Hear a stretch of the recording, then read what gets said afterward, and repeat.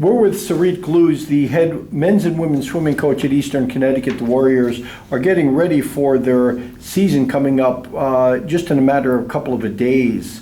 Sarit, you've been going through preseason for about a month now, 3 weeks. Generally, how did your first preseason go? Our preseason went well. I would say that it's actually our season. So we've been training for about a month. The last couple weeks were really good.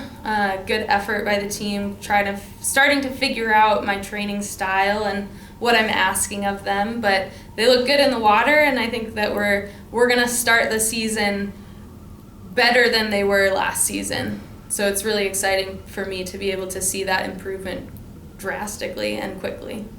Now, this is your first year as a head coach. You're an assistant coach at your alma mater, Lewis and Clark, and also in Alaska. You must be excited just to start your first season as a head coach. I am. I think that it's really exciting. It's really fun to be able to lead this team and see what they can do and try to get them over that mental hump of can I push myself a little bit harder to achieve my goals? And we've been talking a lot about our mental training and things that we can do in our own heads, and also having them trust me with their training. So it's been a good first month and a lot of work, and I'm asking a lot of them, but I think that they're slowly adapting and figuring out that this is all helpful for them to be able to improve as swimmers. You're talking to some of the women in the last couple of weeks. They were saying, one of them had said that they were working harder sooner than they had in the past. Does that make sense? Yeah, so we didn't actually ease into the training. Yeah. I think that I wanted to set the tone for future seasons where people come in expecting to work hard and expecting to be in shape, and I would like to have them rise to the people who are the most in shape. I want to get them the work and have everyone else have to rise up to that level, rather than swimming down to bring people into shape. So next season they will know that they have to come in shape or in relatively good shape to be able to keep up with the work that I'm asking them to do. Not knowing probably directly what the process had been the last X number of years before you got here, do you think for the swimmers it was a drastic change in the preseason? I don't think so. I think that what I'm asking them to do is probably the same as what all the other coaches have asked them to do in the past. I ask them to focus, I ask them to swim hard, I ask them to put in effort and dedication. And it's the different training styles and the different kinds of workouts that are actually making the difference. And it's just their bodies adapting to new training and new experiences. And that's the beauty of college swimming. Both as a freshman, you come in and it's a new coach, a new style. You add the lifting, and this group of girls and the men's team also, they get to adapt in a different way. So that it's almost like they're going into a new freshman season, kind of, where they get to adapt. They're not doing the same thing over and over again each year, or the style at least. And I think that that's a good way to look at it. It's not that they did things bad the last few years, it's just that their bodies were used to the training style, so now they get the benefit of having a new training style, and they have to adapt to it, and they get to see whatever benefits they see. And I think that they have seen that their fitness level is coming together quicker than in previous seasons. The one thing I noticed right away, which is really good, you're the first full-time head coach we've ever had. The previous coach was here 23 years on a part-time basis, which is amazing. But I noticed that you're meeting during the day with a lot of your swimmers on a constant basis, and that's something that they never really were allowed, they couldn't do it in the past because the coach would come in for practice and then have to leave. It must be a nice benefit for our student athletes. I think so. I think that they feel that they have a higher level of support. Not saying that they didn't have support, but it wasn't accessible during the day when things might have gone wrong. So we've had a lot of conversations about how to tackle different problems, whether it's on the team, whether it's homework or professors, class scheduling, things that cause anxiety. We've had a lot of conversations about mental health, but the athletes feel like they can come into my office and have conversations and feel supported and not have to deal with things by themselves. and I can point them in the direction that they need to go to get whatever help they need, whether it's academic advising or going to CAPS or any sort of other support. And they don't have to necessarily think for themselves all of the time. I think it's hard as college student athletes to bear the load of what the expectations are and also solve all the problems that come up. So at least I'm available to give them some guidance, and they make their own decisions what they do with that guidance, but they have someone to talk through ideas and problems and be able to solve things on their own with more support. So they get to do all the things, but I'm there to catch them if they need me to catch them. We always talk about how demanding swimming is. I mean, people don't realize it, but it's actually a longer season than even basketball. We are 19 weeks. Yeah. I think that I don't think it's a longer season in terms of weeks, but it is probably more demanding because I ask them to do stuff twice a day. And for most swimmers, that's a normal thing. Here we lift in the morning and we swim in the morning and then we swim in the afternoon. So it's a lot of work, and I ask our athletes to balance their time and use their time wisely. And I think getting into the habit and having continuous conversations about what they're doing and how they're setting themselves up for success. If they're staying up late, not helpful, both academically and athletically. But we have those conversations, and it's helpful for them to hear all of the ideas that I have about how to be better athletes, because I think that they all have unlimited potential in the pool. They just don't know how to get there. And so giving them at least some tools helps them figure that piece out. And I'm going to train them the best that I can, and they're going to get fast in the pool no matter what, but it's all the other roadblocks that come up, whether it's sleep or time management or nutrition. Those are the things that usually stand in the way, less of the athletic capabilities. So it's really a strange situation, Sarit, that women's swimming here going into the 24th season of the program, and men going into their first. How do you balance that? It's sort of weird. It is weird. Luckily, I'm used to having a men's and women's team at the same time.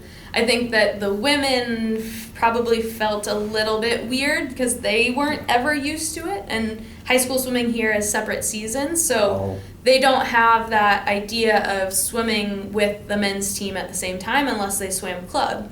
But I think that they understand that it's good. They get to know more people, they get to see improvements from the men's team, and I think that the men's team is like exponentially improving. Every day they get in the pool, it's another step forward, and the women's team don't get the same benefit of like learning how to swim. Yeah. And so the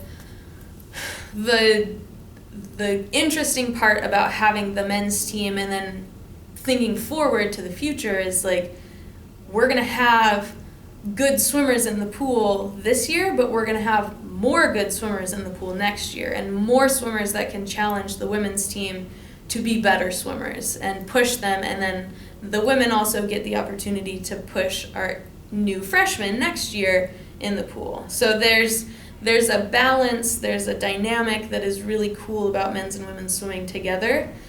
This year the challenge is bringing the men's team up to the understanding of the women, where this is what it's like to be on a men's swim team. This is what it's like to be on a college swim team. These are the expectations. This is how a swim meet works. Because most of them don't have that swimming team background.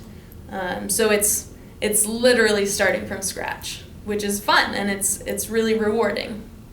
What can be, both men and women, you've basically inherited teams. You didn't have time to recruit yet. Yep. So what can be tangible goals for both those teams?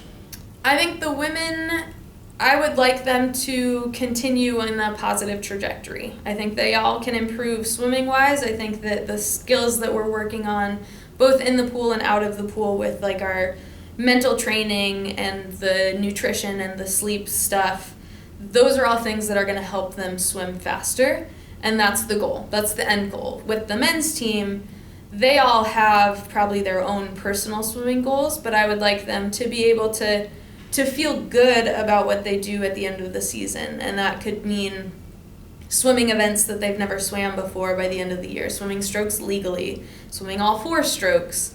I want them to build a culture that is positive and supportive so that when incoming freshmen or transfer students come to Eastern, they're like, yeah, I want to be a part of this men's team. This is a great team to be a part of. And I think that is my goal mostly for the men's team. I have like small swimming goals for them, but I don't want that to be the focus this year. I want them to think of themselves as the foundation of the team so that next year they're mostly all going to be here next year. So they get to lead the way with the incoming students and show them what it means to be an Eastern Warrior swimmer and have that be an immediate impact on the freshman class. You know, in most team sports, whether it's football, basketball, baseball, the team record is like the primary thing. For swimming, for the most part, don't you just sort of throw your record in dual meets sort of out the window? Is it very secondary? Yeah, it's less important. I think that this year it's more the focus is going to be qualifying for New England's because this is our last year in that meet, I guess. NISTA. Yeah. The focus is going to be qualifying. Next year, we're swimming at an LEC conference championship, 3-day meet, all of the things that a conference championship should have.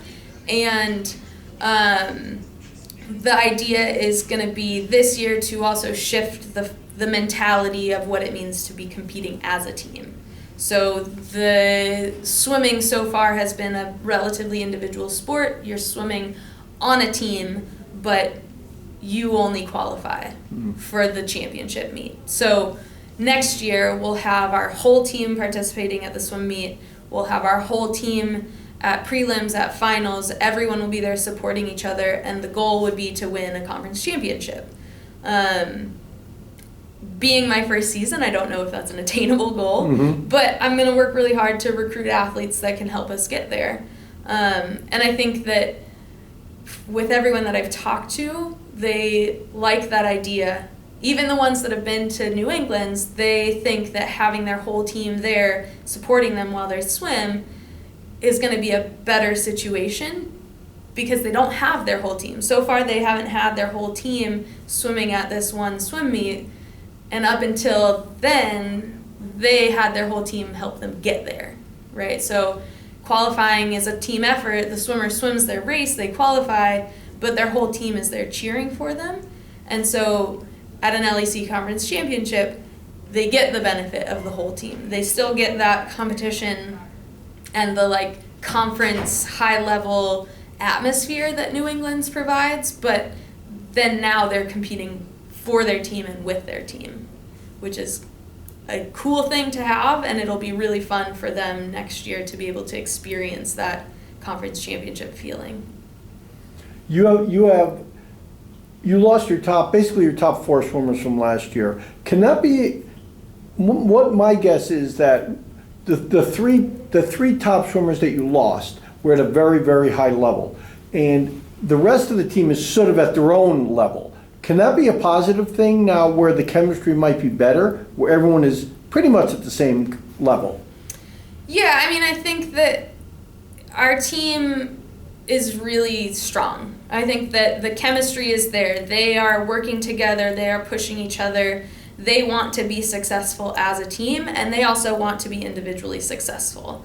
I think that we have stellar athletes. We have people who are going to qualify for New England's and make finals, but their mindset is not to do that on their own. Their mindset is to try to get as many people to New England's as possible, and whether that's cheering people on, whether that's training in different groups, whether that's bringing their teammates up with them, that's the mindset that we have right now. And I don't think that we lost swimming capability, but I don't think that we lost a ton within the team. I think that this team is strong, and that can get you farther along than you would imagine.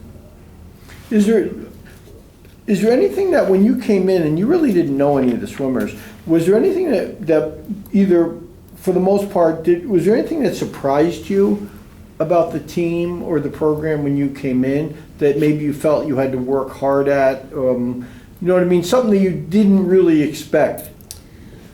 I think that I was surprised by just this is not going to sound great, but the lack of swimming knowledge. I think that they all know how to swim, but it was the nuances, like the nuances. Yeah. So like current swimmers that are swimming in the world, or watching swimming, or studying swimming, being students of the sport. Yes. And I'm challenging them this year to be students of the sport. I think that the only way that you can learn without being in the pool 24/7 is to watch other people and learn from other people and try to incorporate different things into your training and your life and how you do things, and thinking about swimming as an important piece of your life, right? We talk about academics being the reason why we're here, but swimming is also up there. Swimming can be at the same level as academics, and you want to put in the same care for your academics as your swimming, and vice versa. So thinking about swimming when you can, learning about swimming, talking to other people, what are the other people doing in the pool, watching videos, spending time outside of practices talking to their coaches about swimming. I love swimming, and I can talk about swimming all day long. So I think that the athletes haven't taken advantage of that as much as I would have hoped.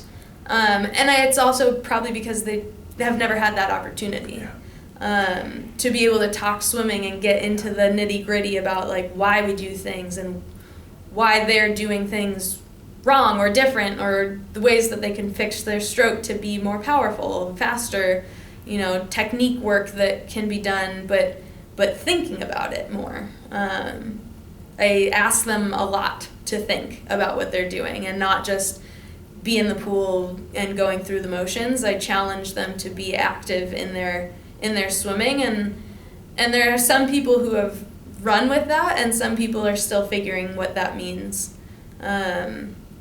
And so it's been a fun challenge, but also I think that with the continued conversation, again, it's making those changes and seeing them pay off in the end. So this weekend we'll figure out whether or not it's paying off, and I think it is. From what I can tell, I think it is, but the swimmers, they don't get the same perspective as I do from outside of the pool, so this is their chance to prove to themselves that everything that they're doing is paying off. So last question, Sarit. You guys are going to be opening up on Friday and Saturday, October 25th and 26th, back-to-back meets.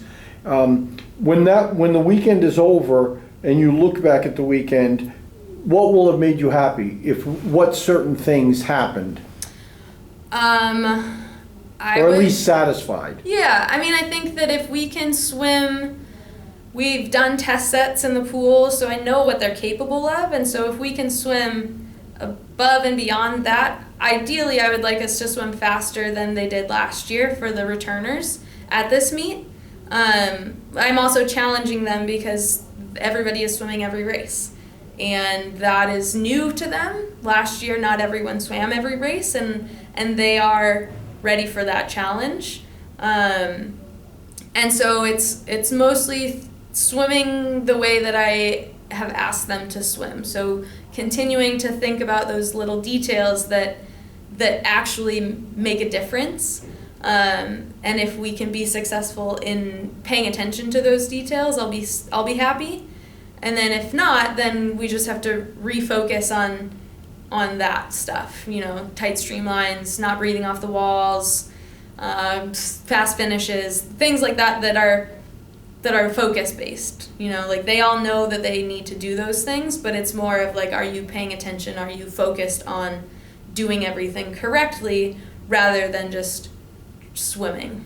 And I think we've had lots and lots of conversations about focus, And so it'll be interesting to see how well they can focus this weekend, especially when it's a two meet in one, two meets back to back.